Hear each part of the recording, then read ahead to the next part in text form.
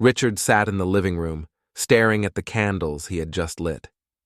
The soft flicker danced across the room, casting shadows on the walls. He had everything set perfectly: steak marinating, wine breathing, and a playlist of all their favorite songs queued up.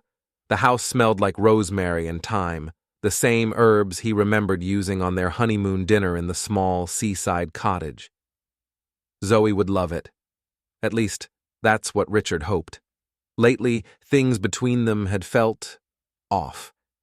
It wasn't anything dramatic, no screaming matches or cold shoulders, but there was an invisible weight pressing down on them both. He noticed she wasn't looking at him the way she used to.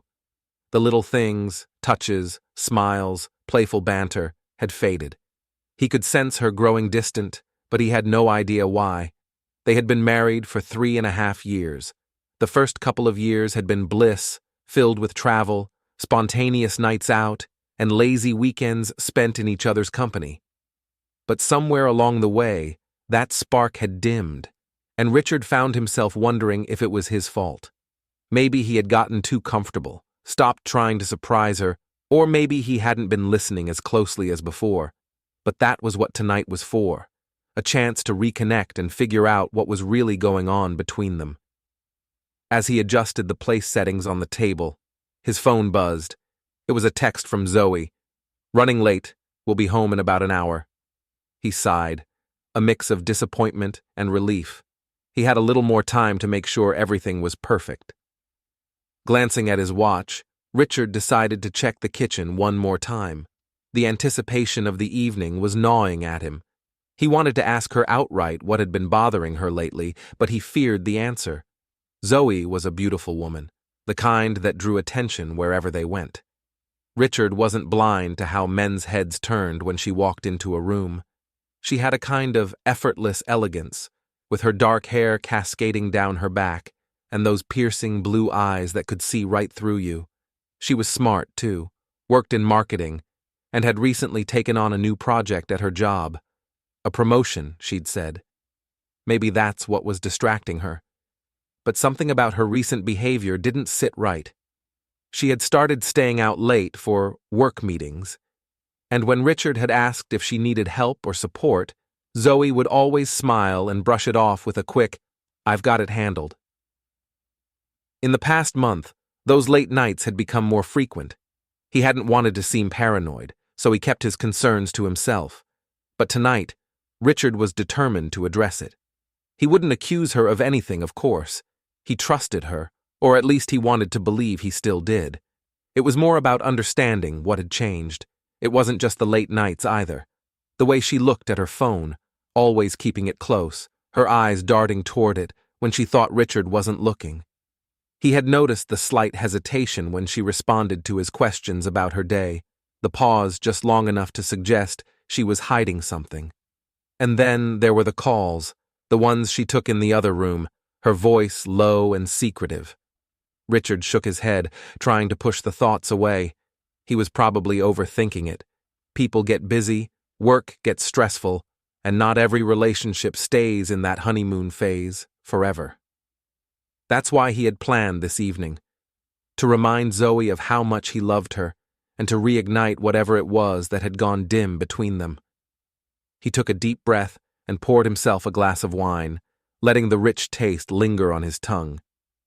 The minutes ticked by slowly, each one stretching out longer than the last. Richard leaned back against the kitchen counter, running through how he would start the conversation. Maybe he'd ease into it, talk about work first, or ask about the project she had been putting so much time into. Or maybe he should be direct. After all, beating around the bush wasn't going to get him any answers. The sound of a car pulling up in the driveway snapped him out of his thoughts. He straightened up, smoothing out his shirt and running a hand through his hair. This was it. Zoe was home. But then, something unexpected happened. He heard another car door slam. Richard froze, his heart skipping a beat. He wasn't expecting anyone else. Zoe had said nothing about bringing company home tonight. The sound of footsteps approached the door, 2 sets, and a voice, male, laughing softly, alongside Zoe's familiar tone. Richard's pulse quickened. Who the hell was with her? The door opened, and there she was, standing in the doorway, her eyes widening slightly when she saw the candles, the dinner table set for two, and the wine already poured. But she wasn't alone. Behind her, a tall man with sandy blonde hair and a smug expression stood, his hand resting casually on Zoe's lower back. "Richard," Zoe started, her voice soft, almost apologetic. She stepped inside, the man following her as if he had every right to be there. "This is Gerald. He's, from work." Richard stared at the two of them, the silence in the room growing thick and uncomfortable. Gerald didn't bother hiding his smile, that same arrogant look plastered across his face as if he were in on some joke Richard didn't know. Richard's mind raced. There was something intimate, too familiar, about the way Gerald stood so close to Zoe. He could feel the blood draining from his face, his hands gripping the edge of the counter behind him. "I know this is sudden," Zoe continued, her eyes pleading. "But for what? Understanding? Patience? But Gerald and we need to spend the weekend together. For us, for our marriage." Gerald stepped forward, his voice dripping with condescension. "Trust me, Richard. After this, Zoe will come back to you. Better, more experienced, more devoted. It's for the best." Richard's vision blurred with rage, the room spinning as he processed the words. The room felt like it was closing in on Richard. Zoe's words hung in the air, a bombshell he hadn't seen coming. Gerald, of all people, his arrogant face smirking like he had already won some battle Richard didn't even know they were fighting. "Spend the weekend together." The words echoed in Richard's mind, bouncing around in disbelief. What the hell was she even talking about? He stared at Zoe, hoping she'd start laughing and tell him it was some kind of twisted joke. But there was no laughter, only that nervous flicker in her eyes as she waited for him to say something. Are you serious right now?" Richard finally spoke, his voice low, steady. He didn't trust himself to speak any louder, afraid that if he did, he wouldn't be able to stop the anger from boiling over. Zoe nodded slowly, as if what she was asking for made perfect sense. "It's not what you think, Richard. I love you, but I feel like we've been off. And Gerald, well, he thinks spending this time together will help me be a better wife to you. He's been helping me with things." Richard's mouth went dry. "Helping you? With what exactly?" Gerald, still standing way too close for Richard's comfort, cut in. "With your marriage, man. You can't tell me you haven't noticed something's been wrong for a while. Zoe just needs some time away to reconnect with herself. And after that, she'll come back to you as a whole new woman. Trust me, I've seen this work before." Richard turned to Gerald, fists clenching at his sides. "You've seen this work before? What the hell do you mean, work? You think spending the weekend screwing my wife is going to somehow fix our marriage?" Gerald chuckled, shaking his head in that condescending way that made Richard want to punch him in the throat. "Relax, Richard. This isn't just about sex. It's about Zoe exploring herself, understanding what she needs, and once she gets that clarity, she'll be more committed to you than ever before. You'll thank me later."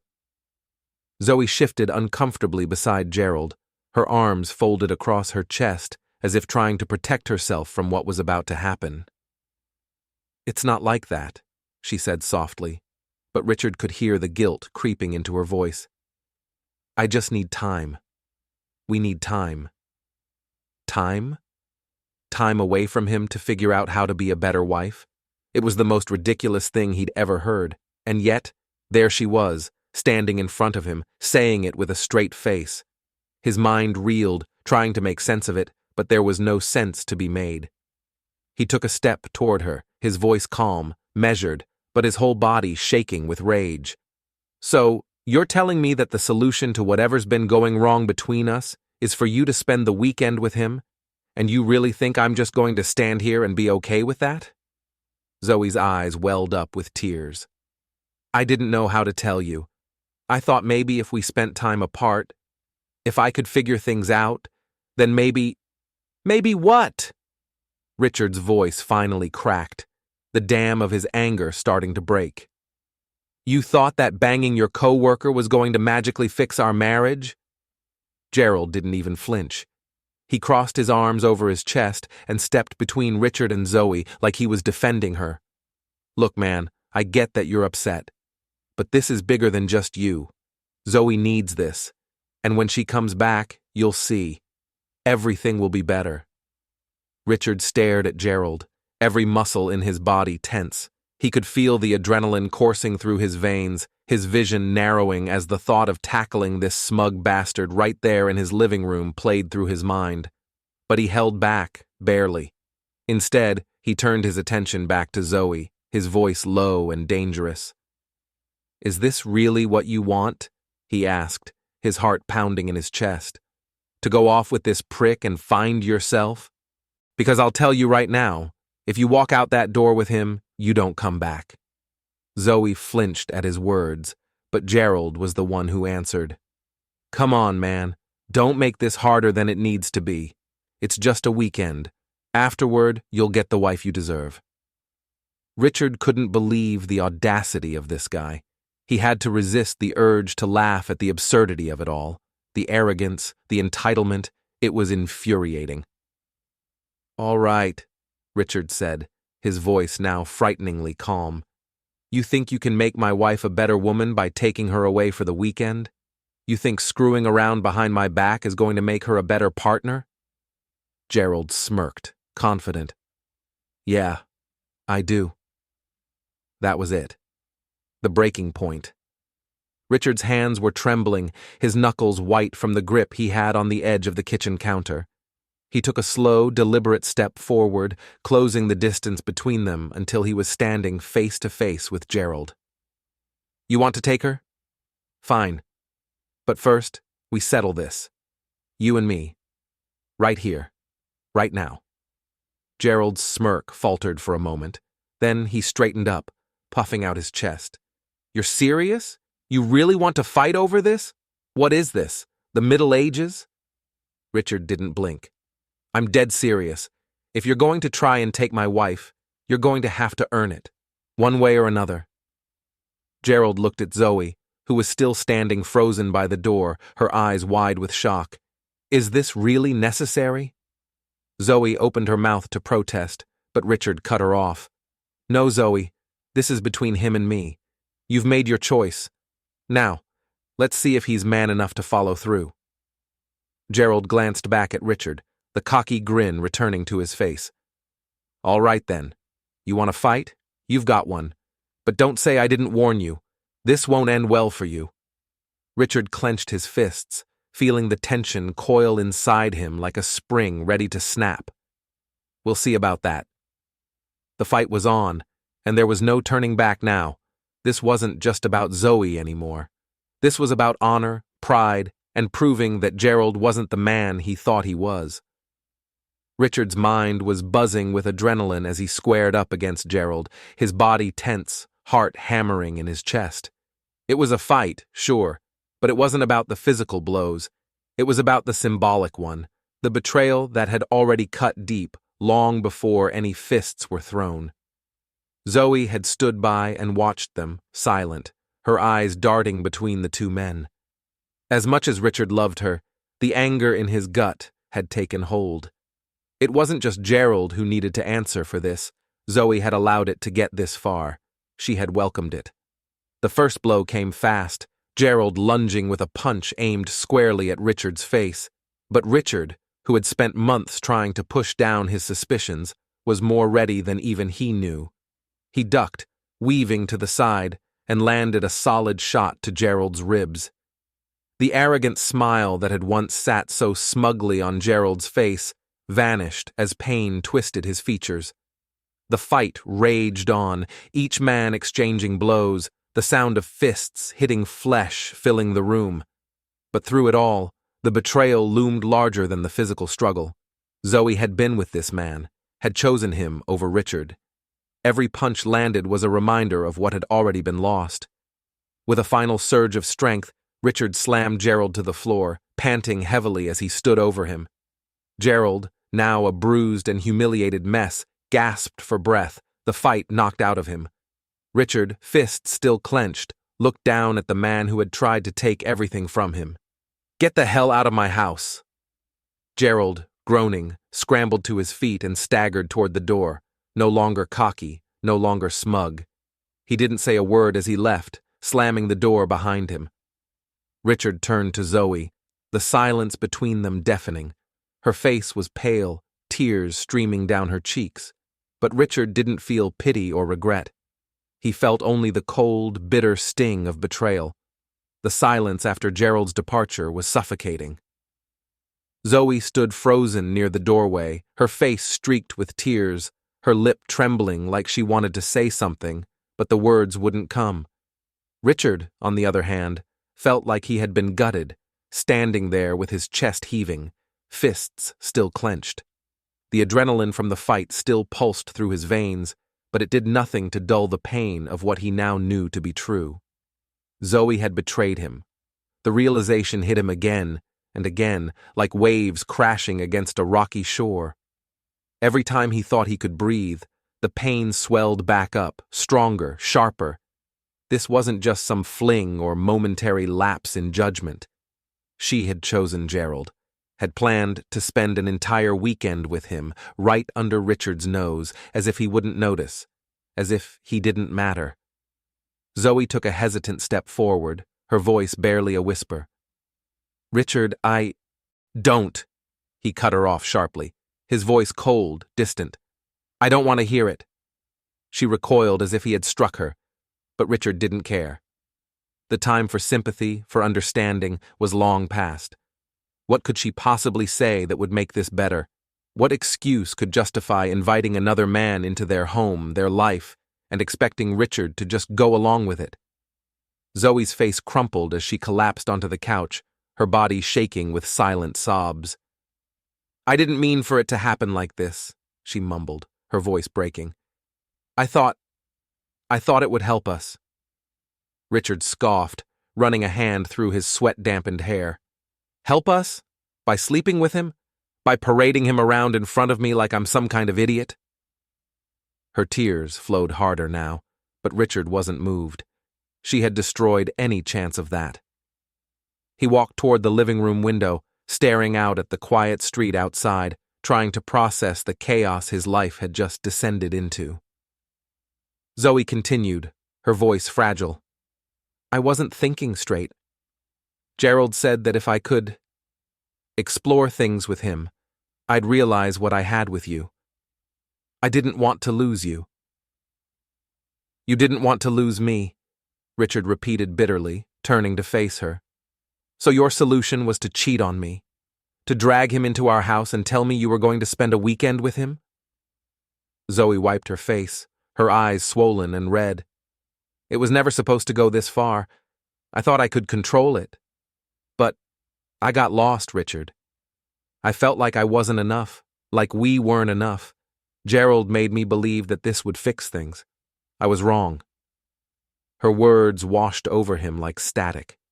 He wanted to believe that it had been a mistake, that she had been manipulated by Gerald's arrogance and false promises, but that wasn't the truth, was it? Zoe had made her choice. She had decided Gerald was worth more than their marriage, that he was worth risking everything for. Richard turned away again, staring hard at the floor. "You want to know what the worst part is?" he asked, his voice low and shaky. "It's not even the fact that you slept with him.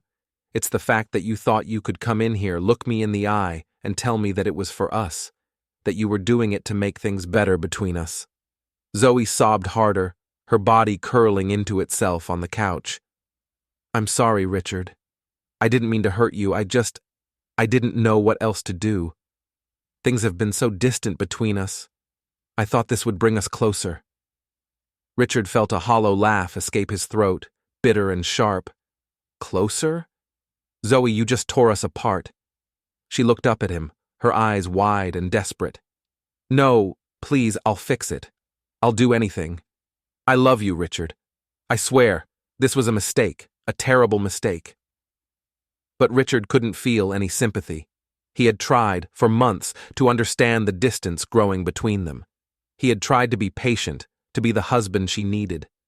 And now, standing there, watching her beg for forgiveness, he realized something. It was too late. The damage was done. Whatever they had before was gone, shattered like the fragile trust that had once held them together. He couldn't see a way forward anymore, not with Zoe, not after this. How could he ever look at her the same way again, knowing that she had chosen someone else? Knowing that she had been willing to break his heart for the sake of some delusional promise of finding herself? Richard took a deep breath, steadying his voice. "I'm done, Zoe. We're done." Her sobs grew louder, more frantic. "No, please, Richard, don't say that. We can fix this. I can fix this. Just give me a chance." He shook his head, his voice cold and final. "No, Zoe. There's nothing left to fix."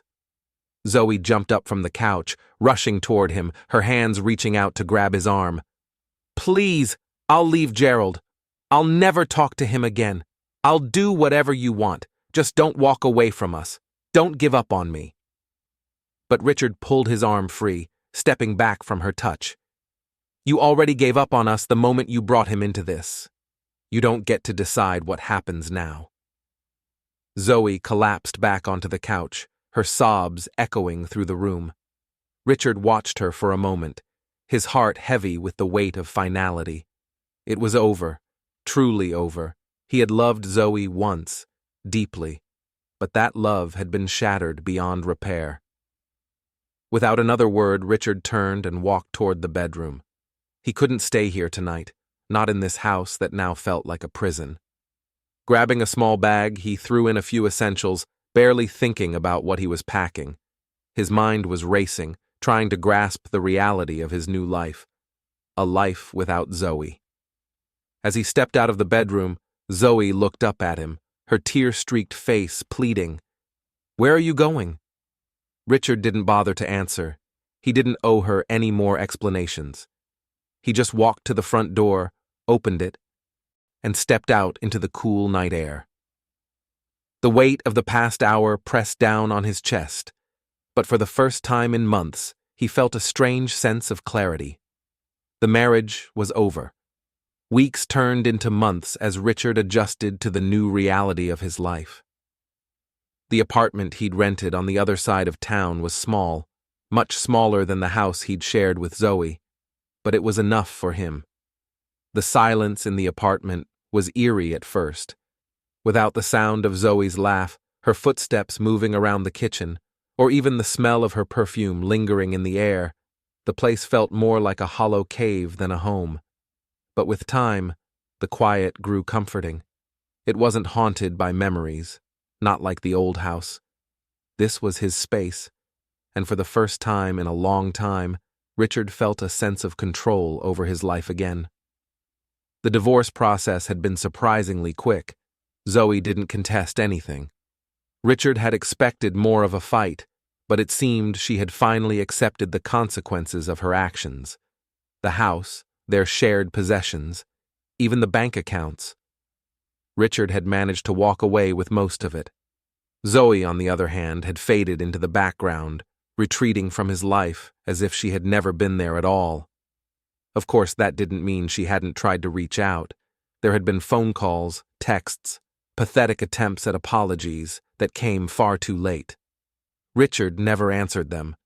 The first few weeks, her voice had been shaky, full of regret, as she left long-winded voicemails about how she'd made a mistake, how Gerald had meant nothing, and how she would do anything to earn his forgiveness.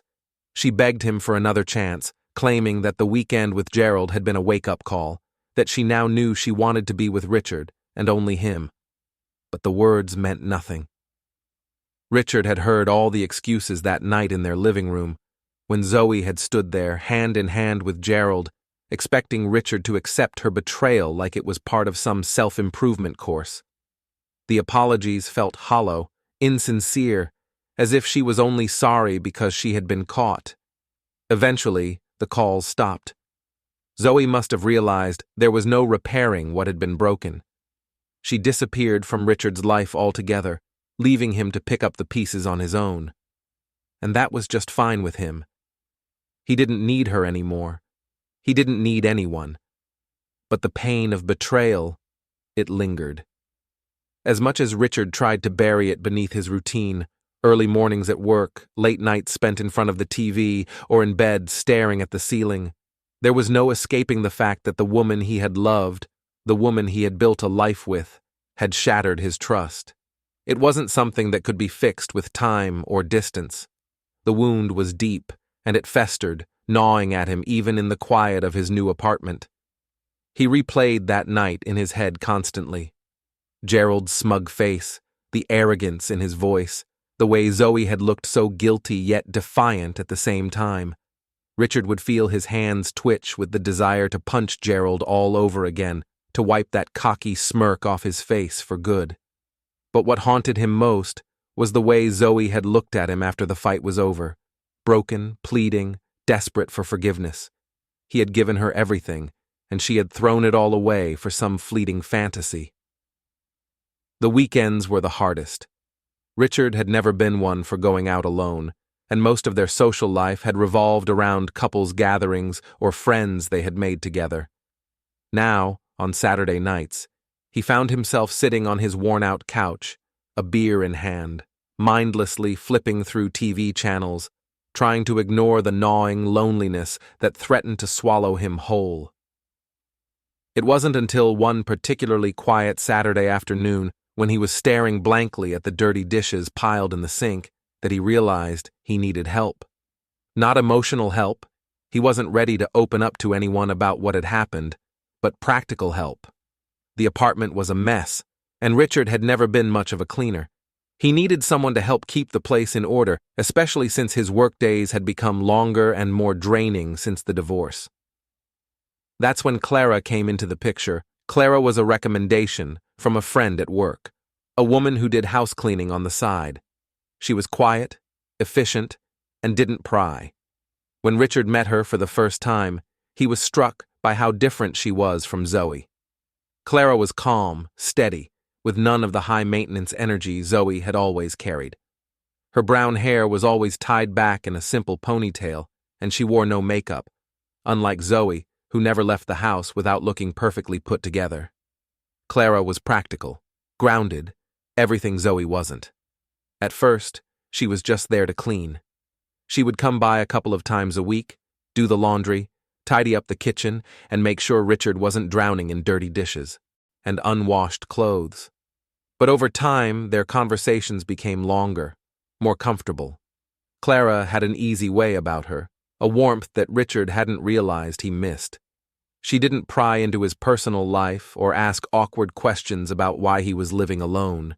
She simply listened when he needed to talk and offered quiet, thoughtful responses when he felt like opening up.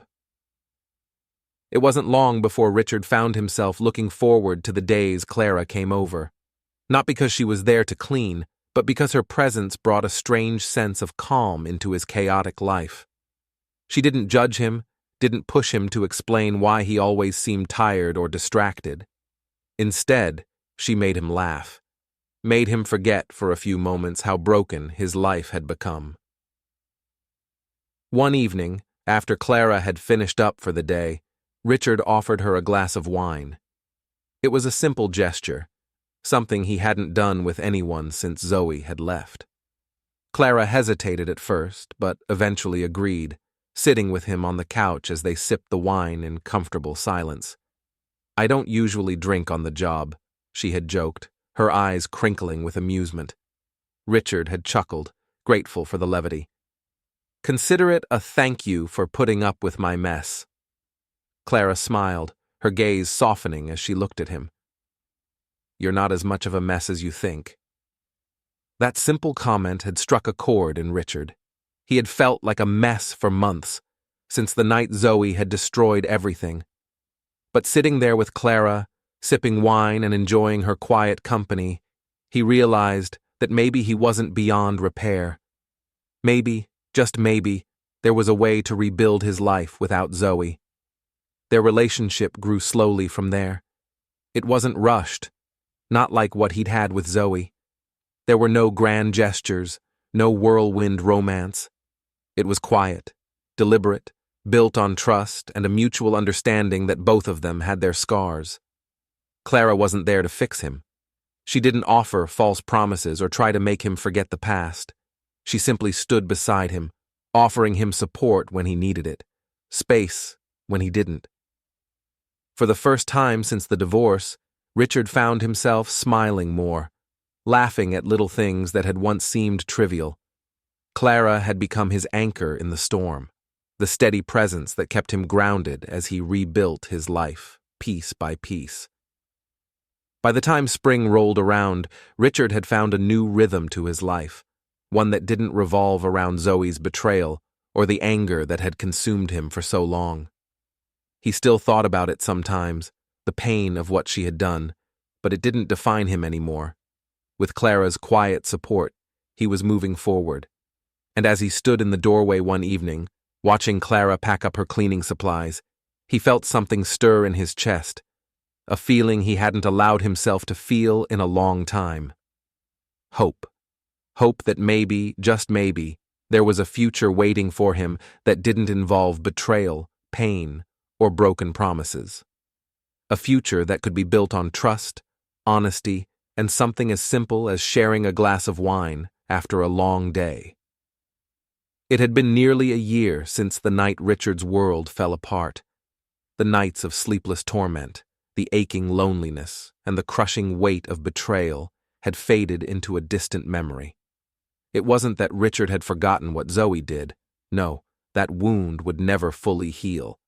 But time, it seemed, had dulled the pain, and with Clara by his side, the future no longer seemed like an empty void.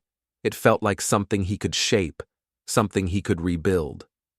He stood in the kitchen, stirring a pot of simmering sauce, the scent of garlic and basil filling the small apartment. A second wine glass sat on the counter beside his own, waiting for Clara. She had started coming by more often now, not just for work, but for dinners, conversations, and sometimes long nights spent talking about everything and nothing at all. What started as her helping him manage the chaos of his post-divorce life had quietly evolved into something more, a partnership, built on understanding, trust, and the simple comfort of being with someone who didn't expect anything more than what he could give. The door clicked open, and Richard heard the familiar sound of Clara's footsteps. He smiled to himself, feeling the warmth in his chest that came with her presence. It wasn't the fiery, head-over-heels passion he once felt for Zoe, but it was something deeper, something that felt stable and real. "Smells amazing." Clara's voice broke through his thoughts as she stepped into the kitchen, smiling at him with that same easy grace that had drawn him in over the past months. Richard turned to her, handing her the second glass of wine. "I tried not to burn the garlic this time," he joked, raising his own glass in a mock toast. Clara chuckled, clinking her glass against his. Progress. They stood there for a moment, sipping their wine, the silence between them comfortable. No tension, no awkwardness, just the quiet understanding that this was their new normal. And for the first time in what felt like forever, Richard wasn't waiting for the other shoe to drop. He wasn't expecting betrayal, wasn't walking on eggshells, wondering what he might find on Zoe's phone or who she might be with. Clara set her glass down and leaned against the counter, watching him as he returned to the stove. "You seem lighter these days," she said softly. "Like you're not carrying the weight of the world on your shoulders anymore." Richard glanced over at her, stirring the sauce as he let her words sink in. She was right. He did feel lighter. The bitterness that had once consumed him was gone, replaced by something quieter, more peaceful. "I think I've finally let it go," he admitted, surprising even himself with the truth of it. The anger, the resentment, I don't know. It's like it doesn't have a place in my life anymore. Clara's smile was soft, knowing. That's good. You deserve peace, Richard. He nodded, turning off the burner and reaching for the plates. I wasn't sure I'd ever find it, he said, placing the steaming pasta on the table. Not after everything that happened. Clara moved beside him, her hand brushing his arm as she set down the utensils. You went through hell. It's only natural to feel lost for a while. Richard paused, looking at her with a grateful smile. I don't think I could have gotten through it without you. Clara met his gaze, her eyes warm. You would have found your way. Maybe it would have taken a little longer, but you're stronger than you think. For a moment, they just stood there, the weight of everything unspoken hanging between them. It was true. Richard had been lost, broken in a way he hadn't thought possible. But, with Clara's quiet support, he had found his footing again. He had learned to trust, not just her, but himself. They sat down to eat, the conversation flowing easily between them. Richard found himself laughing more than he had in a long time, sharing stories from work, jokes about his questionable cooking skills, and even plans for a weekend trip they had been talking about taking together. It wasn't anything grand, just a drive out to the mountains, a couple of days away from the city. But it felt like a step toward something new, something real. As the evening wore on and the last of the wine disappeared from their glasses, Clara stood and walked over to the couch, stretching out with a contented sigh. Richard followed, sitting beside her, their legs brushing. The TV was on in the background, some old sitcom playing that neither of them was really watching. Clara shifted closer, resting her head on Richard's shoulder. I'm glad you're okay, she said softly. Richard glanced down at her, running a hand through her hair. I'm more than okay, he replied, his voice just above a whisper. I'm happy. And he meant it. After months of turmoil, of questioning everything he thought he knew about love and trust, Richard had finally found his peace. It wasn't flashy or dramatic. There were no grand declarations, no sweeping gestures, just the quiet, steady rhythm of a life rebuilt from the ashes. As they sat there, wrapped in the comfort of each other's presence, Richard realized something. He didn't need to erase the past to move forward. The betrayal, the pain, those were part of his story, and always would be. But they didn't define him anymore. They were just chapters in a book that wasn't finished yet. Clara shifted slightly, lifting her head to meet his gaze. What? She asked, a small smile playing at her lips. Richard smiled back, pulling her closer. Nothing, he said, his voice full of quiet contentment. Just thinking about how lucky I am. Clara raised an eyebrow, teasing. Lucky? To be stuck with me? He laughed, shaking his head. Lucky to have a second chance. She didn't say anything, but the smile on her face said enough. They sat there in the quiet, no words needed, no promises or apologies hanging between them. Just two people, moving forward together, leaving the past where it belonged, behind them. And for the first time in a long, long time, Richard knew that everything was going to be okay.